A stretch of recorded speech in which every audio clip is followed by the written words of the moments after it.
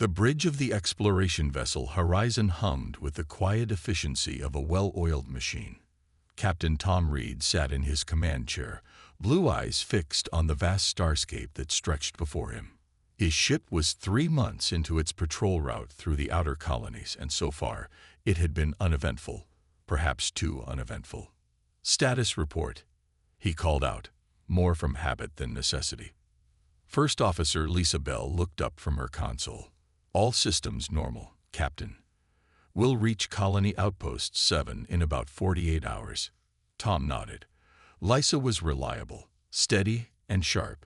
He'd served with her for 5 years now, and in that time, she'd never once let him down. Unlike some of the newer crew members, she didn't get caught up in wild stories or space myths.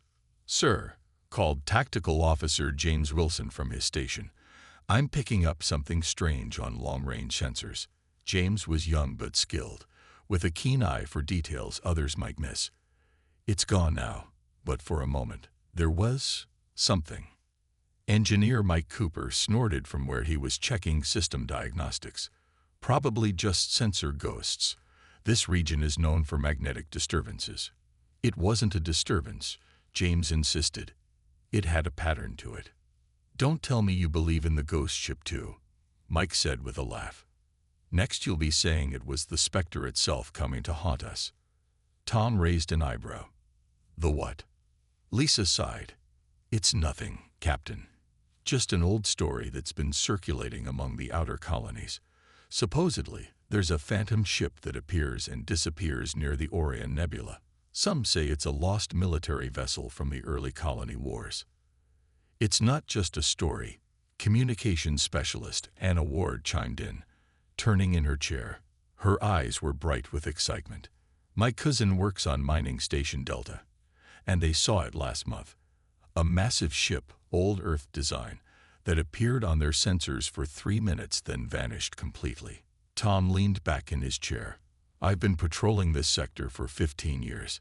If there was a ghost ship out here, I think I would have seen it by now." "That's what makes it a ghost, Captain," Anna replied with a smile.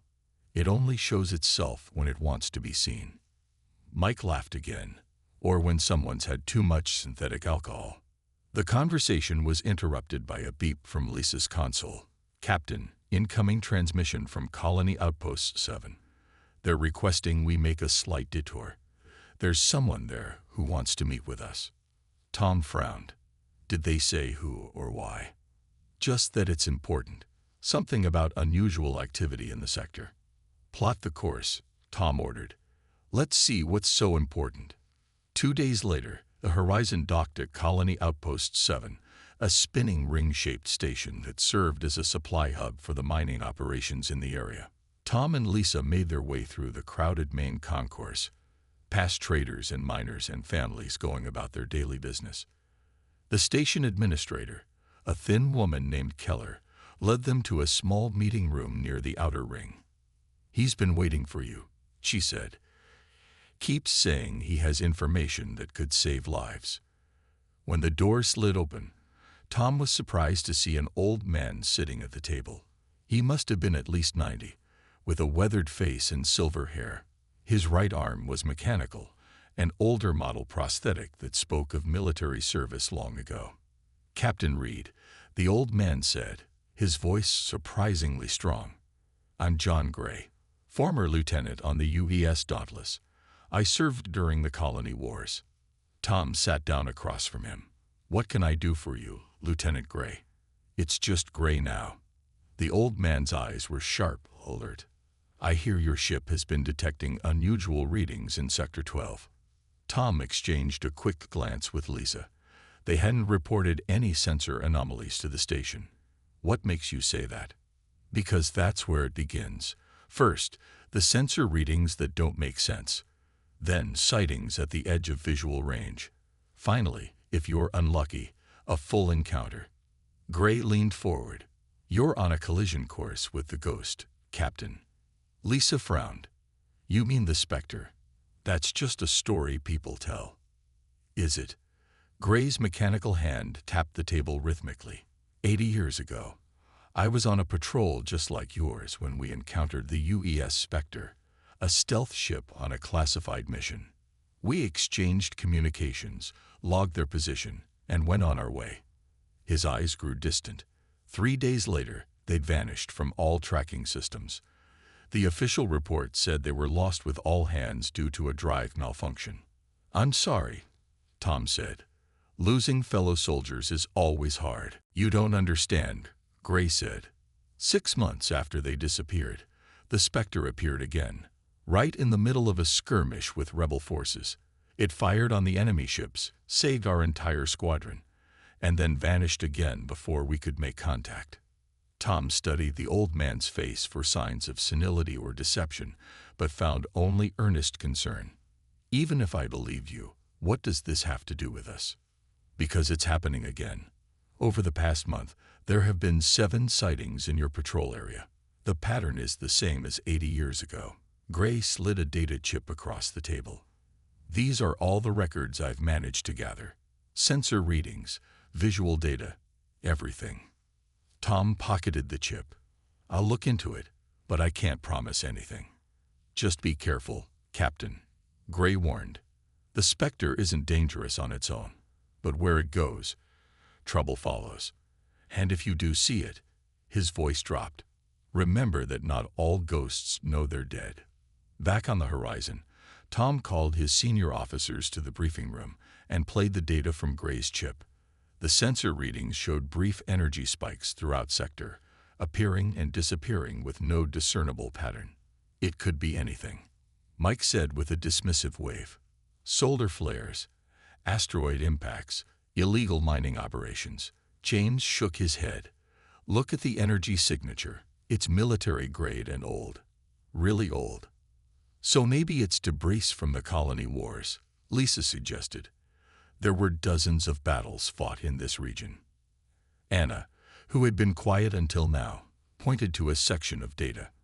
These communication fragments. They are using encryption protocols that haven't been used in decades. And look at the timestamps. There's a pattern. Tom looked closer at the data. Anna was right. When arranged chronologically, the appearances weren't random at all. They were systematic, like a search pattern. Whatever this is, Tom said slowly, it's moving with purpose, and its next appearance should be. He traced the pattern forward, here, near Mining Outpost 42. That's less than a day's journey at maximum speed. Lisa noted. Tom stood up. Plot a course. If there's something out there, ghost ship or not, I want to know what it is before it reaches any civilian outposts. As the officers filed out, Tom stayed behind, staring at the display. The rational part of his mind told him there had to be a logical explanation for the anomalies. Ships didn't just disappear and reappear across decades. But after 15 years in deep space, he'd learned one important lesson. The universe was stranger than anyone imagined, and some legends had their roots in truth. The question was, what truth lay behind the legend of the ghost ship? And more importantly, what would happen when they found it? The horizon cut through the darkness of space. Engines pushed to maximum as they raced toward Mining Outpost 42. Captain Tom Reed hadn't slept in nearly 20 hours, but adrenaline kept him alert. If the pattern held true, whatever was causing the strange readings would appear within the next 6 hours. Status report, he called, rubbing his tired eyes. All systems running at peak efficiency, Engineer Mike Cooper replied from his station. Though I still think we're chasing shadows. Lisa Bell shot Mike a warning look before turning to Tom. We're 3 hours from the predicted coordinates, Captain. No unusual readings yet. Tom nodded and stood up to stretch his legs. The bridge was tense, each crew member feeling the weight of anticipation. Even Mike, for all his skepticism, checked his readings more carefully than usual. Captain, Anna Ward called suddenly from communications. I'm picking up something strange. Everyone turned toward her station. It's a transmission, but Anna's fingers flew over her console. It's using an old military frequency, and the encryption is like nothing I've seen before. Can you decode it? Tom asked, moving to stand behind her. Anna shook her head. I'm trying, but it's complex. Wait, I'm getting fragments now. She activated the ship's speakers, and a broken voice filled the bridge. Patrol sector. Unknown contacts. Request immediate. Standard protocols. The voice faded in and out, distorted by static and something else. A strange warping effect that made it sound both distant and too close at the same time. That doesn't sound like a recording, James said from Tactical. That sounds live. But who would be using military frequencies that haven't been active for decades? Lisa asked. Tom turned to her. The ghost ship. For once, no one laughed or rolled their eyes. The voice on the transmission sounded real. A person speaking in the present, using protocols from the past. Anna, keep working on that transmission. See if you can clean it up or respond on the same frequency, Tom ordered. James, I want all sensors at maximum sensitivity. If there's anything out there larger than a pebble, I want to know about it. Captain, Mike called, his usual skepticism absent from his voice. I'm detecting an energy signature at the edge of our sensor range. It just appeared. On screen, Tom commanded. The main view screen shifted to show a distant section of space, filled with asteroids and debris. At first, Tom saw nothing unusual. Then, between two large asteroids, something moved. Magnify, he ordered. The image zoomed in, and Tom felt his breath catch. There, partially hidden by the asteroid field, was a ship. But unlike any ship he'd seen before, its design was clearly human but from an era long past. Sleek and predatory, with sharp angles and massive gun emplacements that modern ships had abandoned decades ago. Most striking was its color, or rather, the lack of it. The hull was a deep, light-absorbing black that seemed to bend the starlight around it. In places, the darkness shimmered and shifted, as if the ship wasn't fully solid. That's it, Anna whispered. The Spectre. Tom stared at the image, trying to make sense of what he was seeing. Can we get any readings from it? Negative, James replied, his voice tight. Our sensors are having trouble locking on. It's like the ship is flickering in and out of normal space. It matches no known ship design in our database, Lisa reported. But the general configuration is consistent with heavy cruisers from the late Colony War era. The markings, Anna pointed to faded symbols visible on one section of the hull. Those are Earth military insignias from 80 years ago. Mike, who had been silent, suddenly spoke up. Captain, that ship is powering up. I'm detecting energy buildup consistent with weapon systems. Shields up, Tom ordered. Battle stations. The crew moved with practiced efficiency, but there was a new tension in their movements. This wasn't a pirate vessel or a known enemy. This was something else entirely. Should we arm weapons? James asked, finger hovering over the tactical controls. Tom hesitated. No, not yet. Let's see what they do first. The minutes ticked by intense silence as the mysterious vessel continued to power up its systems. On the view screen, more details became visible as dormant sections of the ship came to life. It was massive, at least twice the size of the horizon, and despite its age, looked deadly efficient.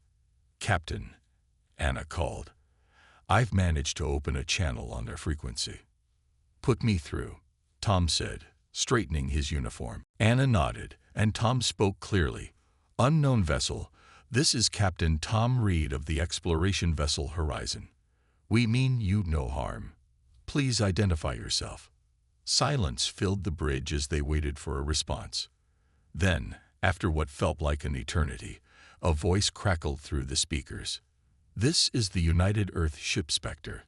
You are in restricted military space. Identify yourself and your purpose immediately.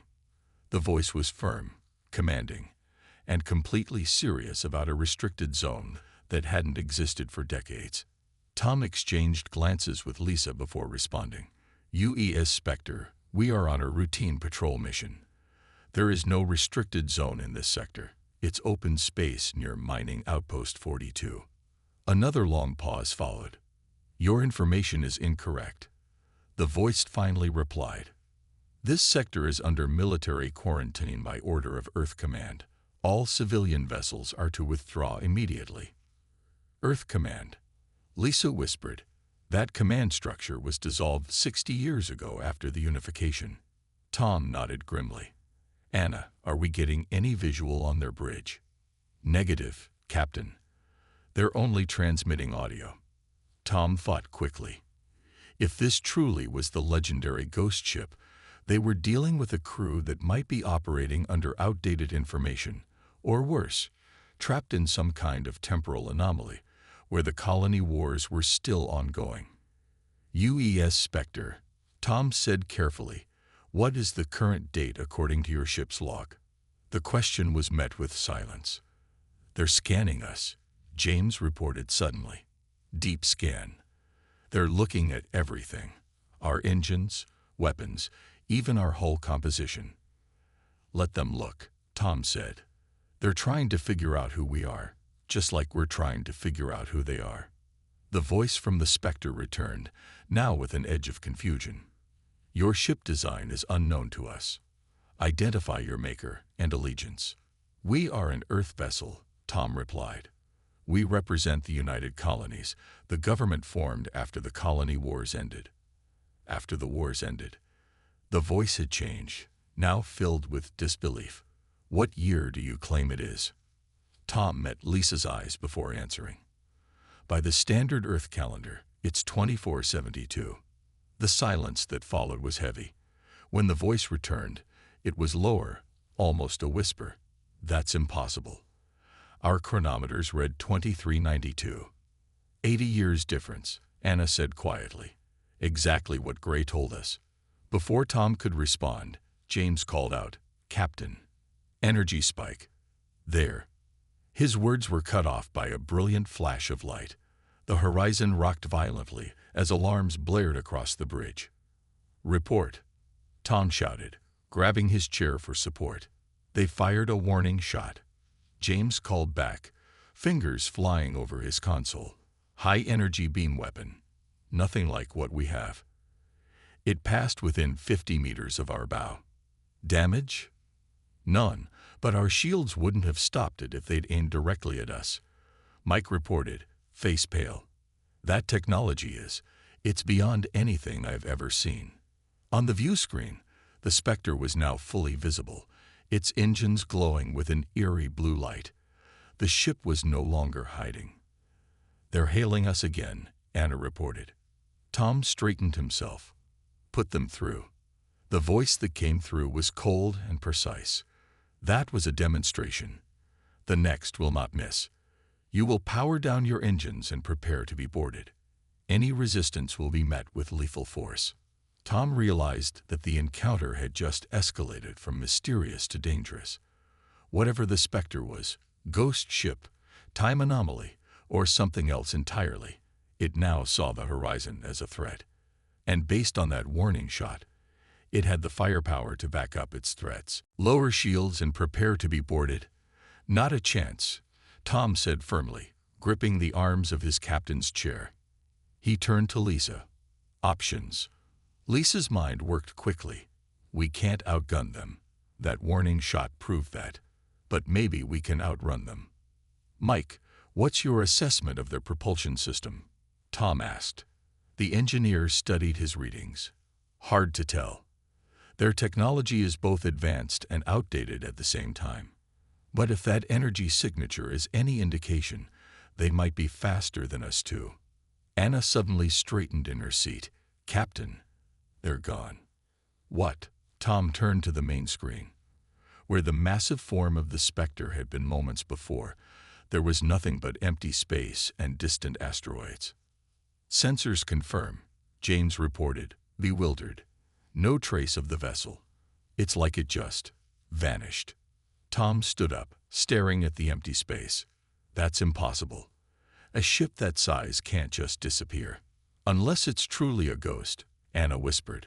Or has technology we don't understand. Lisa countered. Some kind of cloaking system, maybe. Mike shook his head. No cloaking technology I know of can hide a ship that completely.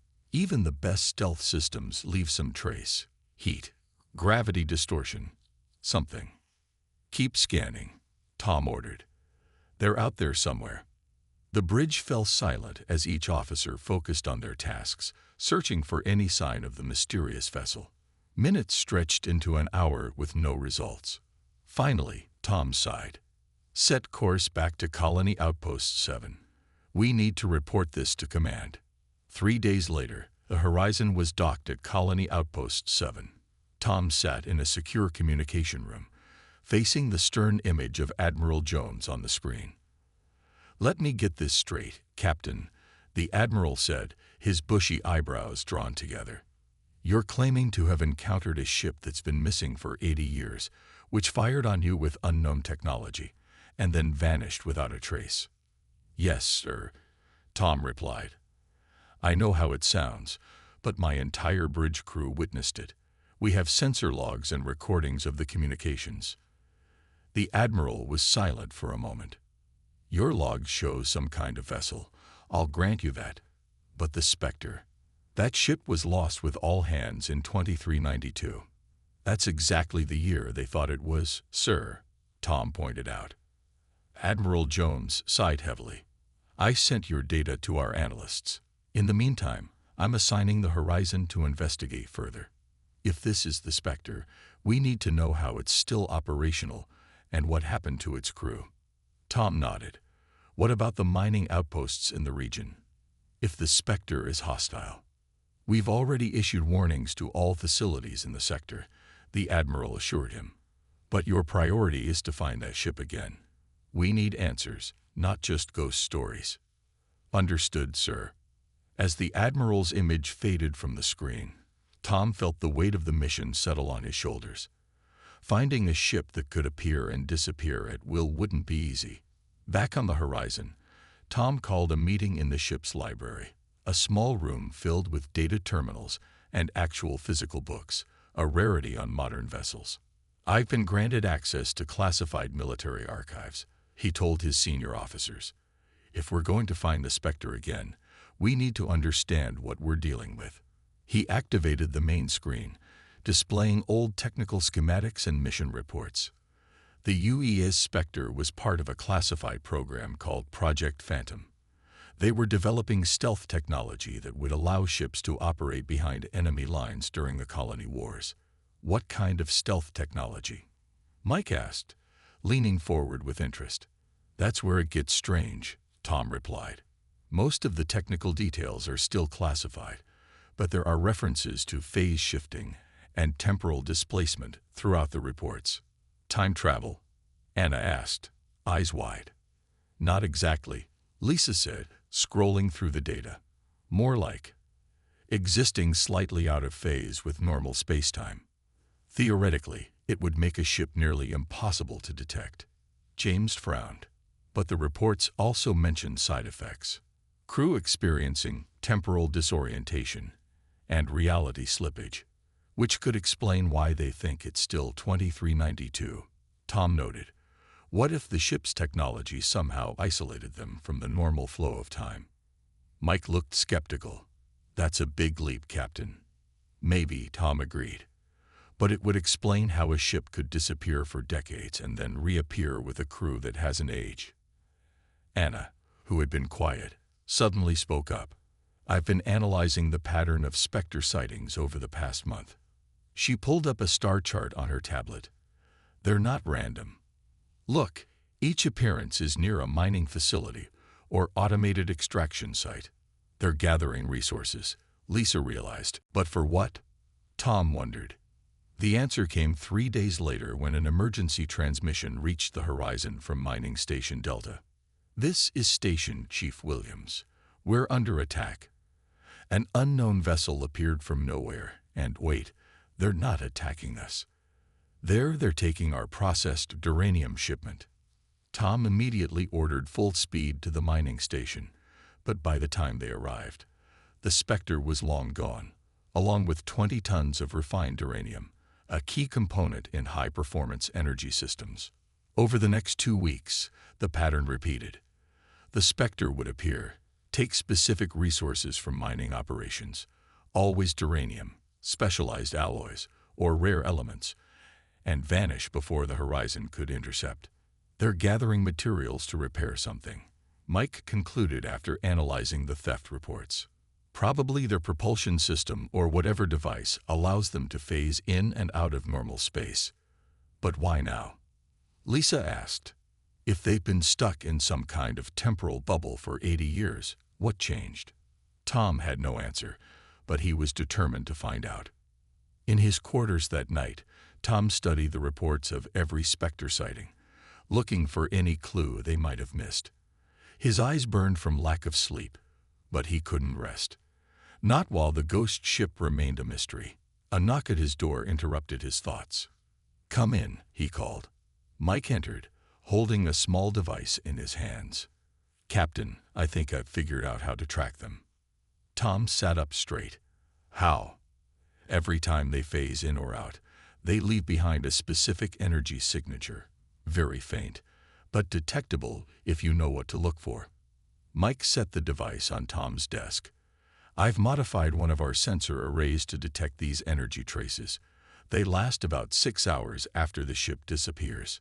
Tom picked up the device, hope rising in his chest. "Can you track where they went?" Mike smiled. "Better. I can predict where they'll appear next."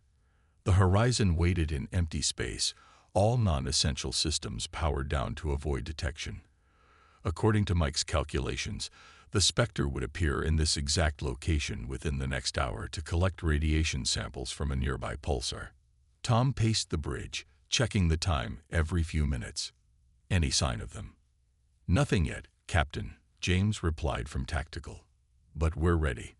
The minutes ticked by slowly. Tom was beginning to wonder if Mike's calculations had been wrong when Anna suddenly straightened. "Captain, I'm detecting the energy signature. It's faint, but growing stronger." "All hands, battle stations," Tom ordered. "Shields up, but weapons on standby only. I want to talk to them before things escalate." The space before them seemed to ripple, like heat waves rising from hot pavement. Then, with a flash of blue-white light, the massive form of the Spectre appeared, so close that it filled the entire view screen. "Got you," Tom said quietly. And this time, he wasn't going to let them disappear again. "Hail them," Tom ordered, his eyes fixed on the massive ship that loomed before them. Anna nodded, fingers dancing across her console. "Channel open, Captain." Tom took a deep breath. "UES Spectre, this is Captain Tom Reed of the Horizon. We mean you no harm. We only want to talk." The bridge crew waited in tense silence. The Spectre hung motionless in space, its dark hull absorbing the light of nearby stars. It looked both ancient and timeless, a relic from the past that somehow seemed more advanced than their own modern vessel. Finally, a voice responded. "This is Commander David Miller of the UES Spectre. Why have you been following us, Horizon?" Tom glanced at Lisa before responding. "We've been trying to understand who you are and what you're doing in this sector." The UES Spectre was declared lost 80 years ago. Another long pause followed. When Commander Miller spoke again, his voice had lost some of its hardness. "Captain Reed, I'm willing to meet with you to discuss our situation. You may dock with us. Bring no more than 3 officers, and come unarmed." "Understood," Tom replied. "We'll approach for docking." As the communication ended, Lisa immediately objected. "Captain, you can't seriously be considering this. It could be a trap." "It's our best chance to get answers," Tom said firmly. "Lisa, you and Mike will come with me. James, you have the bridge. If we don't check in every 30 minutes, take the Horizon back to Outpost 7 and report to Admiral Jones." James nodded grimly. "Understood, sir." As they prepared for the docking, Mike approached Tom in the shuttle bay. "I've analyzed more of their energy readings," he said quietly. "Whatever technology they're using, it's unstable. There are radiation patterns I've never seen before." All the more reason to find out what's happening, Tom replied, checking his communicator. The short journey from the horizon to the Spectre was tense. Tom watched through the shuttle viewport as they approached the ghost ship's docking bay, a massive dark opening in the hull that seemed to swallow light rather than reflect it. "Look at the hull," Lisa whispered as they got closer. "Those aren't battle scars." Tom saw what she meant. The ship's exterior was covered in strange patterns, rippling distortions in the metal itself, as if the hull had partially melted and reformed countless times. What could cause that? Mike wondered. "Let's find out," Tom said as their shuttle slid into the docking bay. The interior of the Spectre was unlike any ship Tom had ever seen. The corridors were standard military design from the era, but everything had a strange, fluid quality to it. Walls seemed to shimmer slightly when viewed from the corner of the eye. Light panels flickered with patterns that felt almost alive. They were met by two security officers in old Earth military uniforms. The officers looked young, no more than 30, but their eyes held an unsettling weariness. "Commander Miller is waiting in the briefing room," one said, his voice flat. "Follow us." As they walked through the ship, Tom noticed how quiet it was. A vessel this size should have had a crew of at least 200, but they passed fewer than a dozen people. Everyone they saw had the same tired, distant look in their eyes. The briefing room was large and dominated by a central table. Standing at its head was a tall man with close-cropped gray hair and a trim beard. His uniform bore the insignia of a commander in the old Earth fleet, but it looked worn and had been repaired many times. "Captain Reed," he said, extending his hand. "Commander David Miller. Welcome aboard the Spectre." Tom shook his hand, noting the firm grip. "This is my first officer, Lisa Bell, and Chief Engineer, Mike Cooper." Miller nodded to them, then gestured to chairs. "Please, sit. I imagine you have many questions." "More than I can count," Tom admitted as they sat down. "Starting with how a ship that disappeared 80 years ago is still operational with a crew that should be long dead." Miller's face showed no surprise at the statement. He simply nodded. "From your perspective, the Spectre vanished 80 years ago. From ours, it's been just under 10 years. How is that possible?" Lisa asked. "The phase shift drive," Miller replied, activating a holographic display in the center of the table. An image appeared showing a complex device, unlike any engine Tom had seen before. "The Spectre was developed as the ultimate stealth vessel," Miller explained. "The phase shift drive was designed to move the ship slightly out of phase with normal spacetime, making us essentially invisible to sensors and even the naked eye." Mike leaned forward, fascinated. "You exist in a different dimension." "Not exactly," Miller said. "Think of it more like operating at a different frequency. We're still in the same space, but vibrating at a different rate, so to speak." "What went wrong?" Tom asked. Miller's face grew somber. "Our first test of the phase shift drive at full power. We were supposed to shift just enough to avoid detection, but something malfunctioned. We shifted too far." He looked down at his hands. "When we managed to shift back, our communications were dead. No one responded to our signals. When we finally reached Earth, everything had changed." "You experienced time dilation," Mike said with dawning understanding. "While you were phase shifted, time passed differently for you than for the rest of the universe." Miller nodded. "For us, we were gone for 3 weeks. For everyone else, it had been 79 years. "And your crew?" Lisa asked gently. "We started with a crew of 200, Miller said. "We've lost 74 to various complications of phase shifting. The human body wasn't meant to exist between states of reality." He gestured to a younger officer standing quietly in the corner. "There are only 6 of us left now. The rest of the ship's functions are automated." Tom felt a wave of sympathy for these people, lost in time, isolated from everything they had known. "The materials you've been taking from the mining stations are to repair our phase shift drive," Miller confirmed.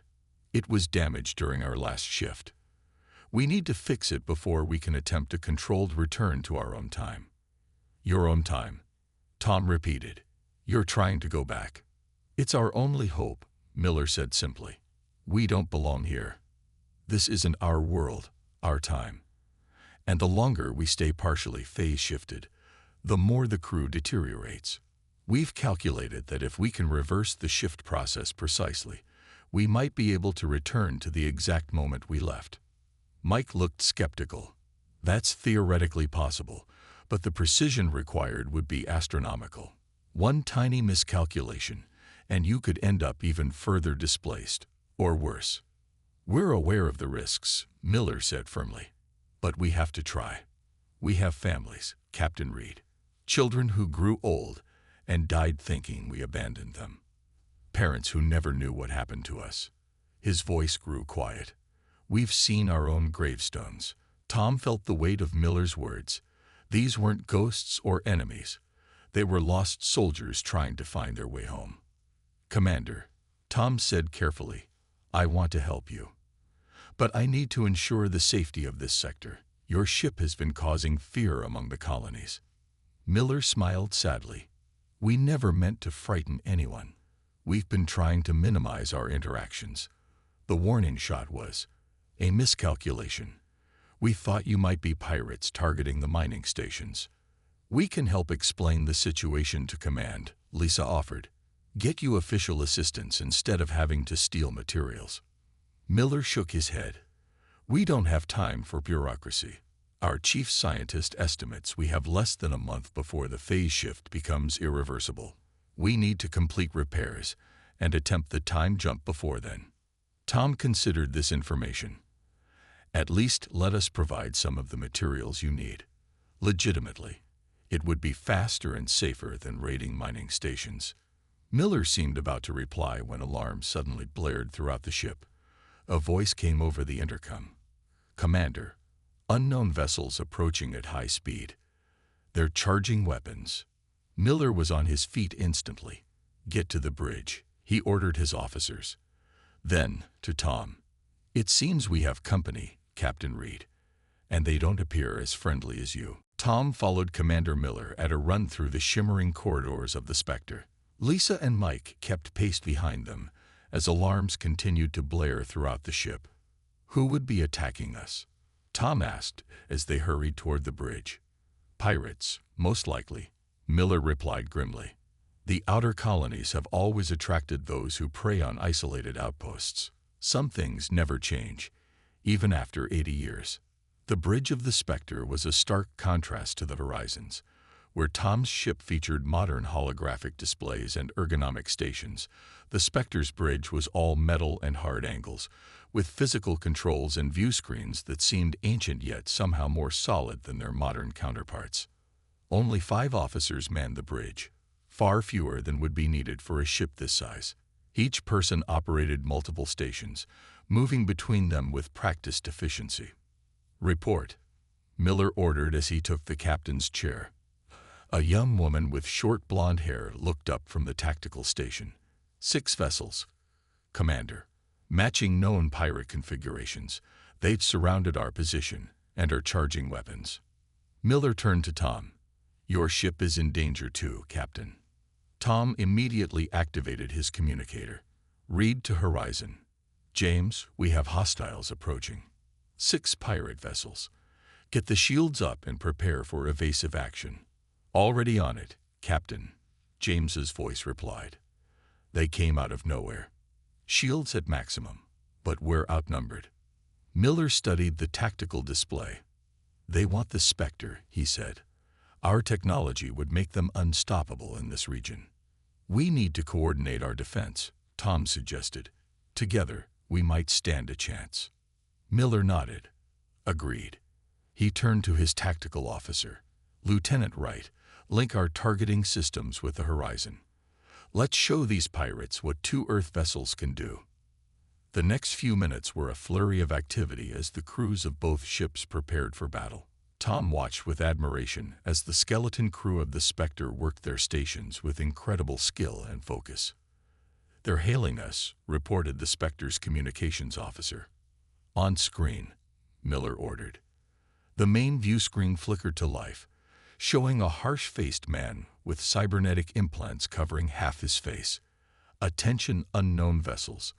This is Captain Vex of the Free Raiders. That antique ship of yours is now our property.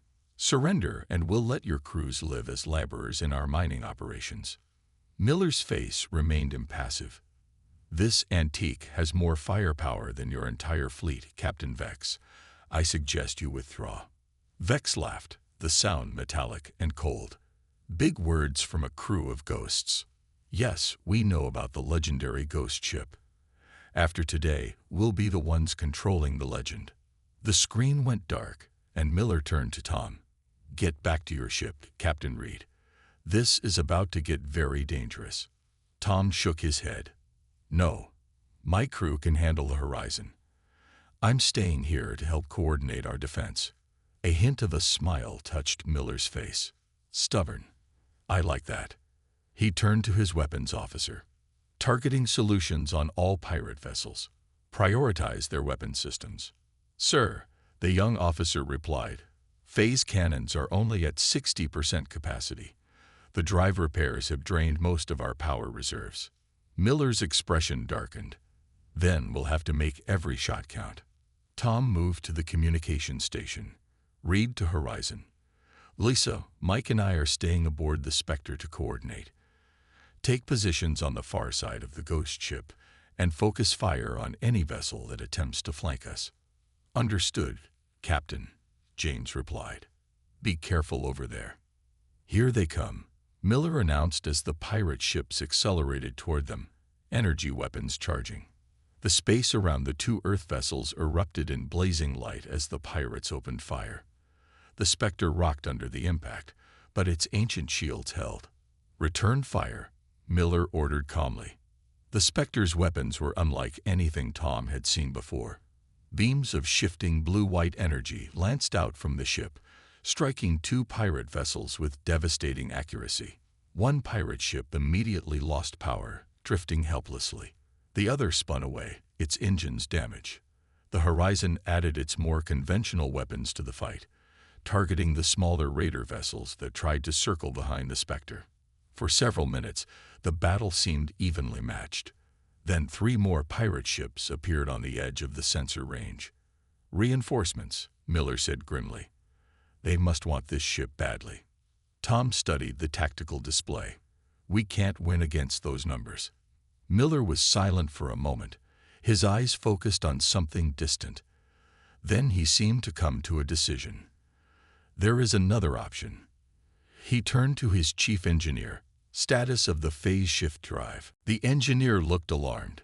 Sir, it's only partially repaired. A shift now could be catastrophic. Not a full shift, Miller clarified. Just enough to give us an edge. The engineer hesitated, then nodded. It might work, but it would burn out the drive completely. We'd never be able to attempt our return journey.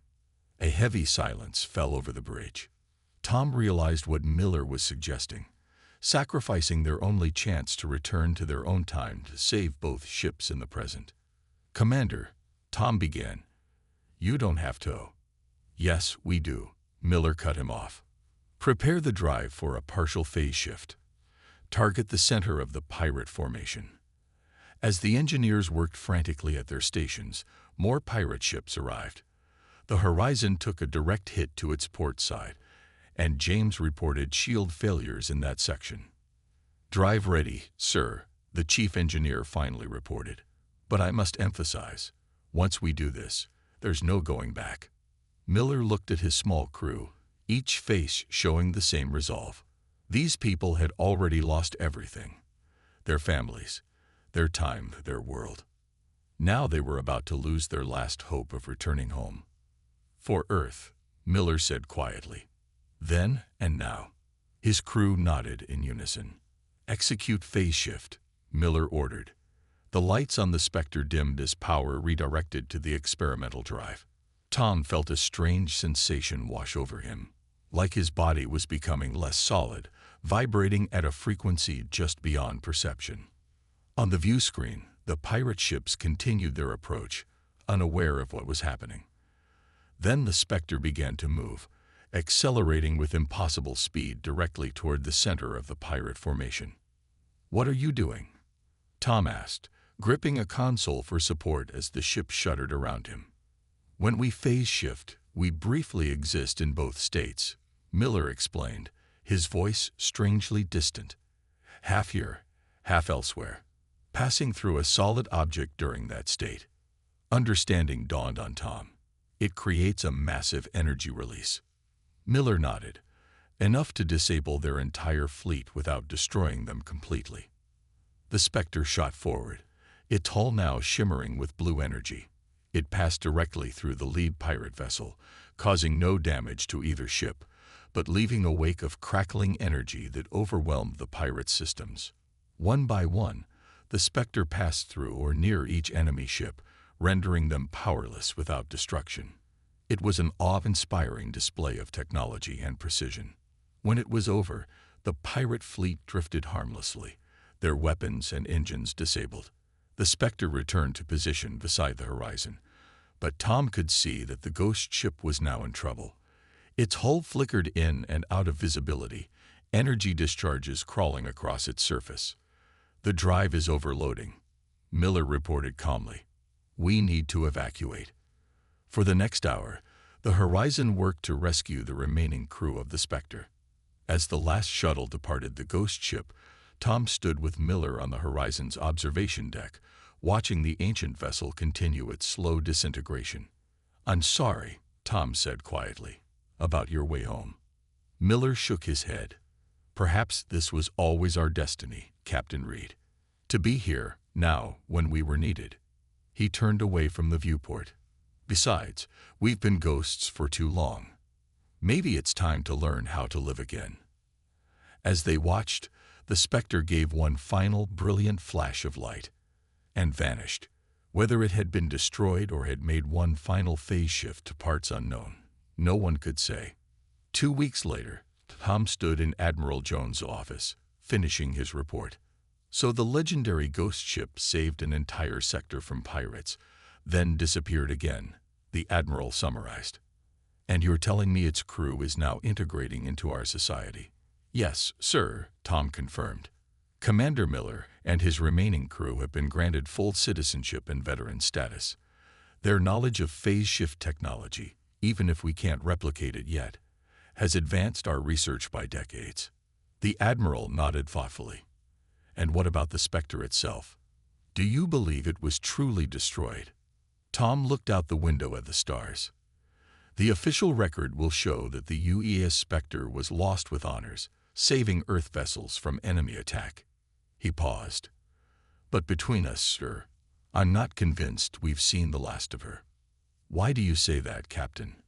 Tom smiled slightly. "Because some legends never truly die. They just wait until they're needed again." In the years that followed, there would be stories. Unconfirmed reports from ships in danger suddenly finding themselves aided by a vessel that appeared from nowhere, delivered them from harm, and vanished again before proper identification could be made. Just stories, of course, just a legend. But as Commander Miller had taught him, sometimes legends have their roots in truth.